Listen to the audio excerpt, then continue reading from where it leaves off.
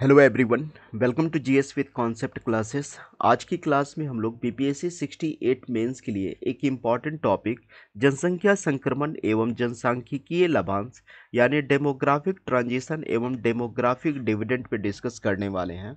इस टॉपिक पर डिस्कस करने के पीछे रीज़न ये है कि अभी एक दो दिनों से न्यूज़पेपर में एक टॉपिक रन कर रहा है और ये टॉपिक जो है रिपोर्ट है, संयुक्त राष्ट्र संघ की रिपोर्ट है। एक यूएन की संस्था है और उस संस्था का नाम आप लोग सुने होंगे, यूएनएफपीए। ठीक है, यूनाइटेड नेशन पॉपुलेशन फंड की एक रिपोर्ट आई है और ये रिपोर्ट पॉपुलेशन से आधारित है और इसमें कहा गया है कि भारत की जो आबादी है विश्व की सबसे बड़ी आबादी बन गई है। यानी चाइना जो है वर्ल्ड का सबसे ज़्यादा लार्जेस्ट पॉपुलेशन वाला कंट्री अब नहीं रहा। चाइना की आबादी विश्व में सबसे ज़्यादा नहीं रही और अभी जो है करंट समय में, वर्तमान समय में भारत की आबादी विश्व की सबसे बड़ी आबादी बन चुकी है। इस टॉपिक को सिलेक्ट करने के पीछे हमारा रीज़न ये था कि कोई भी क्वेश्चन सेटर अगर मेंस का क्वेश्चन को सिलेक्ट करेगा और उसे अगर करंट इशू में ज़्यादा इंटरेस्ट होगा तो इस टॉपिक से ज़रूर वो क्वेश्चन बनाएगा, डेफिनेटली बनाएगा। इस टॉपिक को वो इग्नोर नहीं कर सकता है क्योंकि ये भारत के लिए एक ऐतिहासिक क्षण है, हिस्टोरिकल मोमेंट है कि भारत की जो आबादी है विश्व की सबसे बड़ी आबादी बन चुकी है। एक इम्पॉर्टेंट बात और मैं कह रहा हूँ, बहुत सारे स्टूडेंट सिंसियरली जो मैं गेस देता हूँ उसे फॉलो नहीं करते हैं, लेकिन मैंने जितने भी आज तक मैंने गेस क्वेश्चन आप लोगों को दिया है, ठीक है, उसमें से लगभग जो है 90% मेरा गेस क्वेश्चन टच किया है, चाहे ऑडिटर हो चाहे असिस्टेंट ऑडिटर हो। तो जो मैंने जीएस पेपर 1 का सेक्शन बी का जो मैंने गेस दिया है और जीएस पेपर 2 का जो मैंने गेस क्वेश्चन दिया है उसे आप लोग पढ़ लीजिए और उस टॉपिक से अगर एक्स्ट्रा टॉपिक आपको पढ़ने का मन करे तो आप डेफिनेटली पढ़िए, लेकिन मैंने जो गेस दिया है उसको भी ज़रूर पढ़ लेना है, ये आपके हित में मैं बोल रहा हूँ। आज की क्लास को हम लोग कंटिन्यू करते हैं और टॉपिक पे आते हैं कि जनसंख्या संक्रमण क्या है और जनसांख्यिकीय लाभांश क्या है। और ये क्वेश्चन आप लोगों के एग्जामिनेशन में पूछे जाने की बहुत ज़्यादा संभावना है क्योंकि संयुक्त राष्ट्र संघ की रिपोर्ट अभी चर्चा का विषय बना हुआ है। देखिए, जनसंख्या संक्रमण क्या होता है। जनसंख्या संक्रमण का जो कॉन्सेप्ट दिया गया था वो डब्ल्यू एम थॉमसन एवं फ्रैंक महोदय के द्वारा दिया गया था। जनसंख्या संक्रमण संक्रमण का मतलब होता है कि किसी भी क्षेत्र का, प्रदेश का, किसी भी देश की जनसंख्या की संरचना में क्या परिवर्तन हो रहा है, वहाँ पर जनसंख्या का ग्रोथ होने का रेट क्या है, क्या ग्रोथ पॉजिटिव डायरेक्शन में हो रहा है, उस क्षेत्र की जनसंख्या का जो ग्रोथ है वो पॉजिटिव हो रहा है या निगेटिव हो रहा है। निगेटिव हो रहा है तो क्यों हो रहा है, पॉजिटिव हो रहा है तो क्यों हो रहा है। क्या निगेटिव होने के पीछे, अगर किसी भी क्षेत्र की जनसंख्या अगर निगेटिव ग्रोथ हो रहा है तो इसके पीछे रीजन क्या हो सकता है।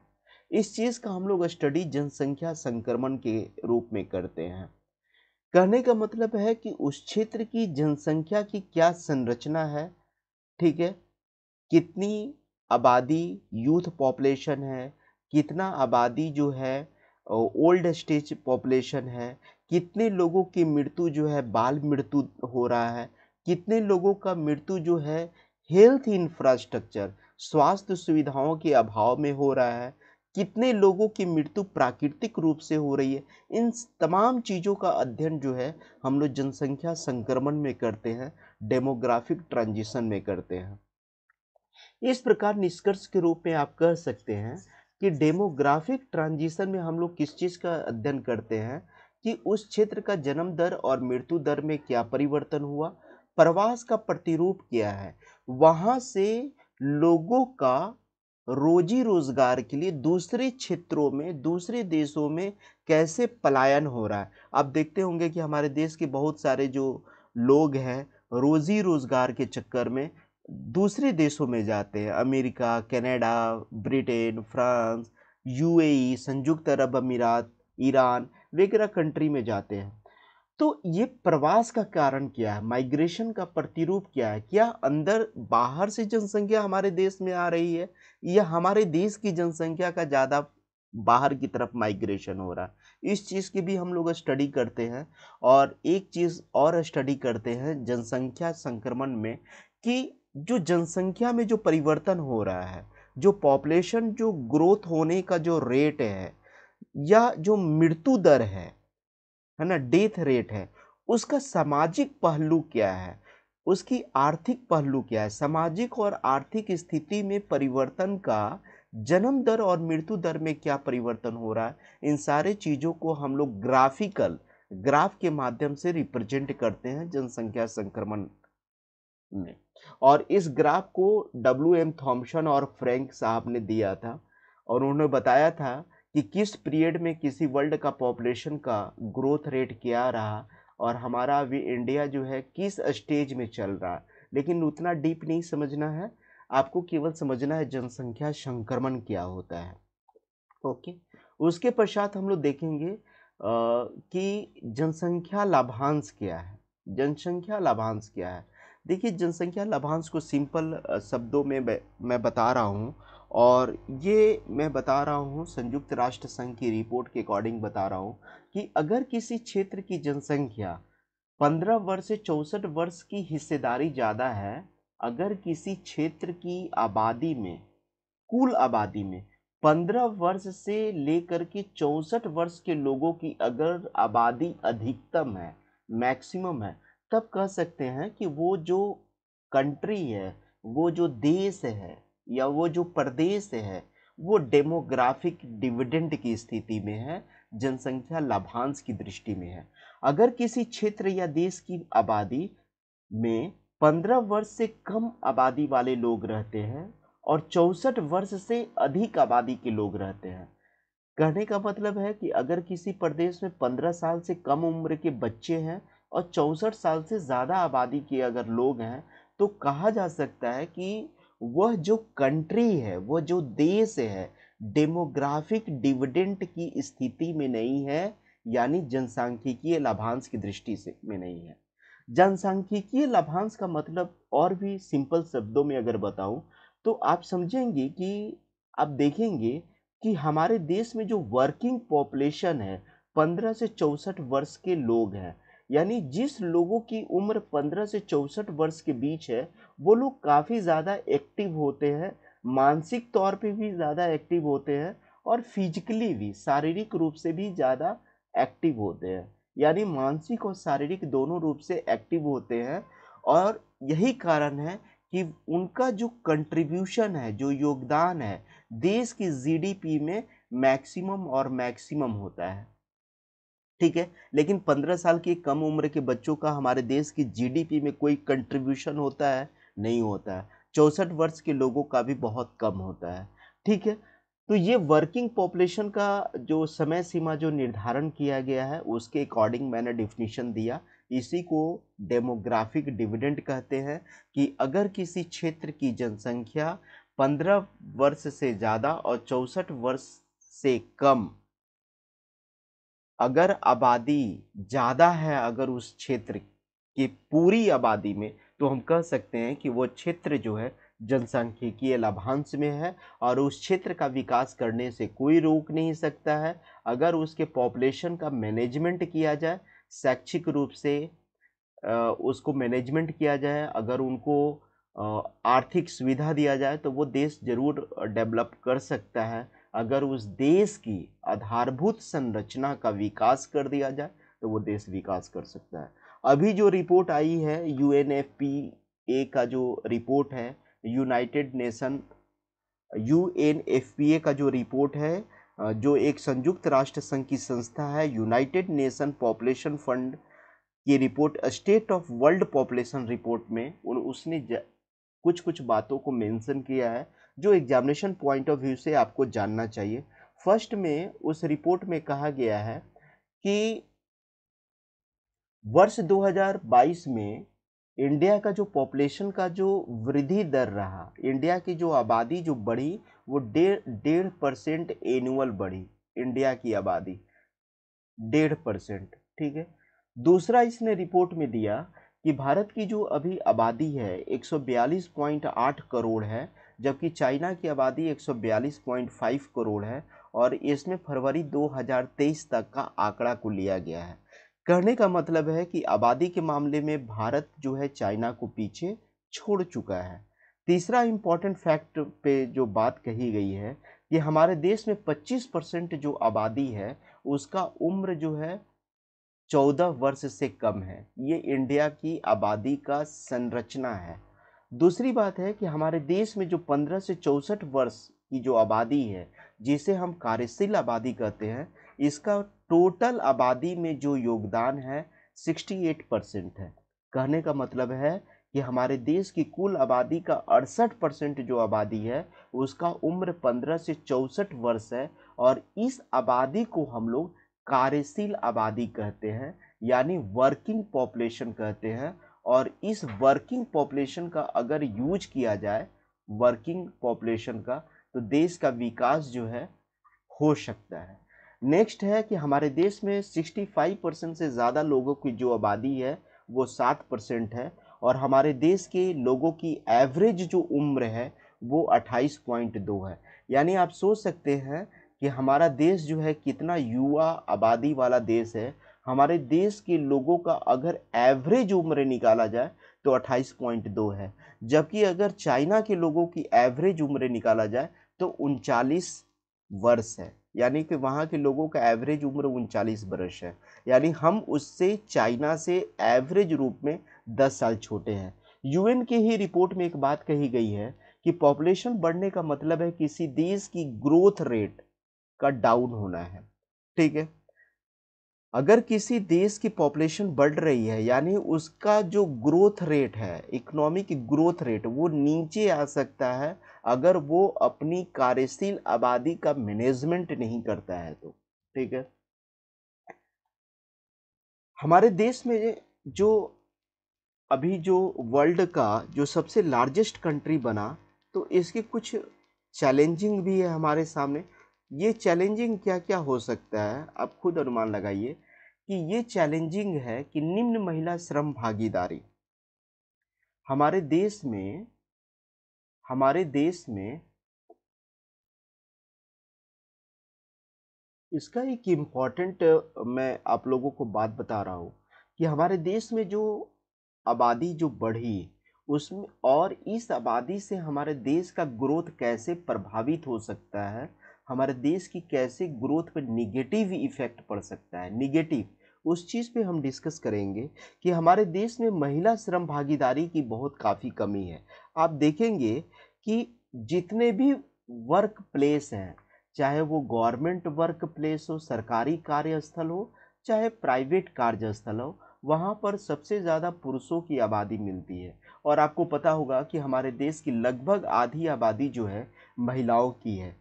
तो अगर हमारे देश में महिलाएं अगर वर्क नहीं करेगी फील्ड पे जा करके, तो हमारे देश का ग्रोथ रुक सकता है, क्योंकि आधी आबादी को तो कवर महिलाएं कर रही है।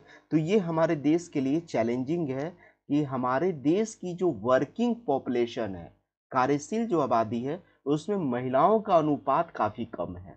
दूसरी बात ये है, एक डेटा आप याद रख सकते हैं, 2020-21 का मैं डेटा आप लोगों को दे रहा हूँ। हमारे देश में महिलाओं की जो वर्किंग पॉपुलेशन है ना, वो 25.1% है, 25.1% है। एक चीज़ यहाँ पर इम्पॉर्टेंट है, आप लोग नोट कर लीजिएगा।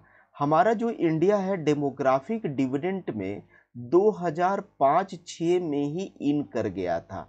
मतलब हमारे देश में जनसंख्या से लाभ लेने की स्थिति में हमारा देश 2005-6 में ही पहुंच गया था, और ये स्थिति 2055 से लेकर के 56 तक बना हुआ रह सकता है कि हमारा देश जो है डेमोग्राफिक डिविडेंड, जनसांख्यिकीय लाभांश का फायदा उठा सकता है। उसके बाद हमारे देश की जो आबादी है उसमें बूढ़ों की आबादी ज़्यादा हो जाएगी, वृद्ध लोगों की जनसंख्या काफ़ी ज़्यादा आ जाएगी।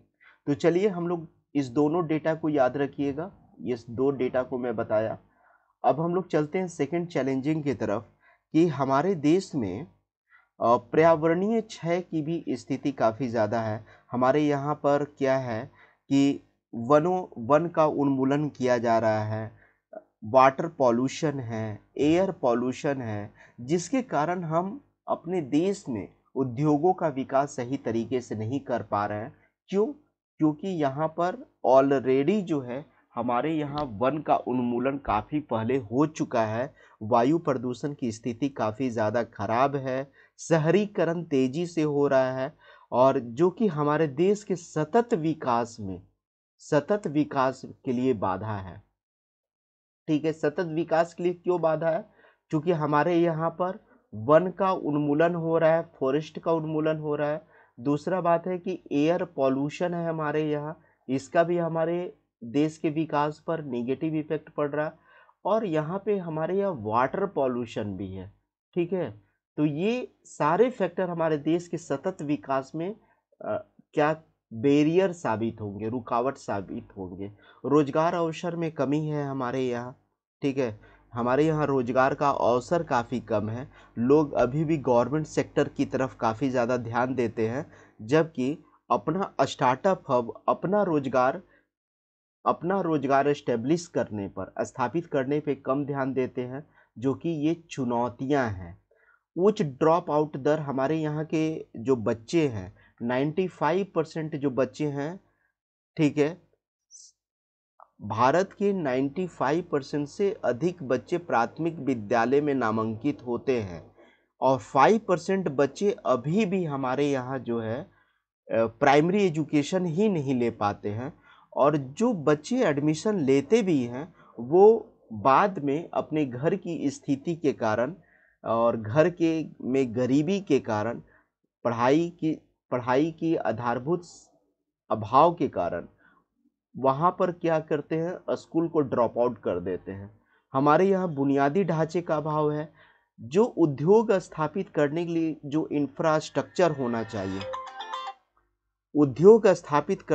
जो इंफ्रास्ट्रक्चर होना चाहिए, उस इंफ्रास्ट्रक्चर का भी हमारे पास अभाव है।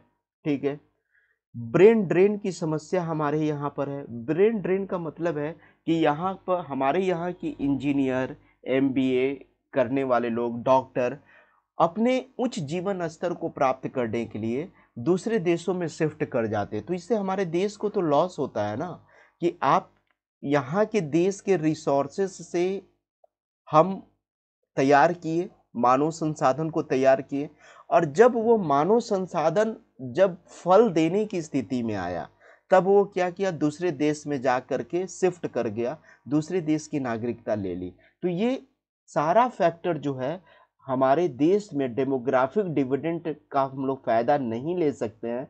इन सारे पॉइंट को आप लोग मेंशन कर दीजिएगा एग्जामिनेशन में। निम्न महिला श्रम भागीदारी का भी मैंने डेटा बताया, मात्र 25.1% महिला कार्यस्थल पर है। पर्यावरणीय क्षय की स्थिति है, रोजगार अवसर में कमी की स्थिति है, फिर उसके बाद उच्च ड्रॉप आउट है, बच्चे बीच में ही एजुकेशन को छोड़ दे रहे हैं। हमारे यहाँ पे बुनियादी ढांचा का अभाव है, ब्रेन ड्रेन की समस्या है। लोग जो है हमारे यहाँ उच्च शिक्षा को पाते तो जरूर है, लेकिन अपने देश को फायदा नहीं दे करके दूसरे देश की नागरिकता को ले लेते हैं और वहाँ पर फायदा देते हैं।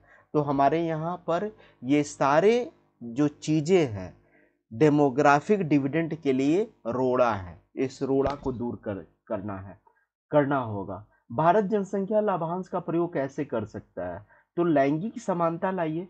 चूंकि हमारे देश में लगभग 50% महिलाएं हैं, तो केवल 50% अगर पुरुष ही काम करेंगे, केवल मेल ही काम करेंगे, तो उससे ग्रोथ कितना हो पाएगा? इसलिए महिलाओं की भागीदारी सब फील्ड में होना चाहिए, सारे फील्ड में होना। हमारे यहाँ क्या एजुकेशन का लेवल को सुधारने की ज़रूरत है। हमारे यहाँ का जो एजुकेशन सिस्टम है, उससे क्या होना पड़ेगा, वोकेशनल कोर्स को बढ़ावा देना पड़ेगा, वोकेशनल कोर्स को बढ़ावा देना पड़ेगा। ठीक है, स्टार्टअप वातावरण तैयार करने के लिए सरकार को छोटे छोटे उद्यमी वर्गों को सस्ते रेट पे लोन देने की ज़रूरत है। क्योंकि देखिए किसी भी देश का जो विकास है बड़े बड़े उद्योग धंधे को केवल लोन देने से नहीं हो सकता है। हमारे यहाँ टाटा को आप लोन दे दीजिएगा, रिलायंस कंपनी को दे दीजिएगा, मित्तल साहब को दे दीजिएगा, इससे हमारे देश का ग्रोथ बहुत ज़्यादा हद तक नहीं होगा। हमारे देश का ग्रोथ होगा कि छोटे छोटे स्टार्टअप हब बनाए जाए, छोटे छोटे माइक्रो स्मॉल मीडियम इंटरप्राइजेज को जो सरकार है, बैंक है, इनको सस्ता लोन दे, एकदम चीप रेट पर लोन दे, और लोन देने की जो प्रक्रिया है वो भी सरल होनी चाहिए। तब निश्चय ही हमारा देश जो है जनसंख्या लाभांश का प्रयोग कर सकता है। और जो संयुक्त राष्ट्र की रिपोर्ट में जो बात कही गई है कि अगर इस जनसंख्या लाभांश का प्रयोग नहीं किया जाए तो ये देश के लिए निगेटिव साइड भी उत्पन्न करता है, केवल इसका पॉजिटिव साइड नहीं है। तो ये हमारे देश के लिए चैलेंजिंग है, और इस चैलेंजिंग को हम लोग तभी एक्सेप्ट कर सकते हैं जब हम डेमोग्राफिक डिविडेंड को फ़ायदा उठाने के लिए हम हर एक तरीके से तैयार हो। तो ये आपके एग्जामिनेशन पॉइंट ऑफ व्यू से काफ़ी ज़्यादा इम्पॉर्टेंट है। उम्मीद करता हूँ कि ये टॉपिक आप लोग को काफ़ी पसंद आया होगा। ठीक है, और मैंने जितना कम समय में मैक्सिमम चीज़ों को बताने का मैं आप लोगों को कोशिश किया, और आप अपनी प्रतिक्रिया ज़रूर दीजिएगा। ठीक है, और आपकी प्रतिक्रिया मेरे लिए ज़रूरी है ताकि मुझे लगे कि आप लोगों और क्या चाहते हैं। ठीक है, थैंक यू वेरी मच।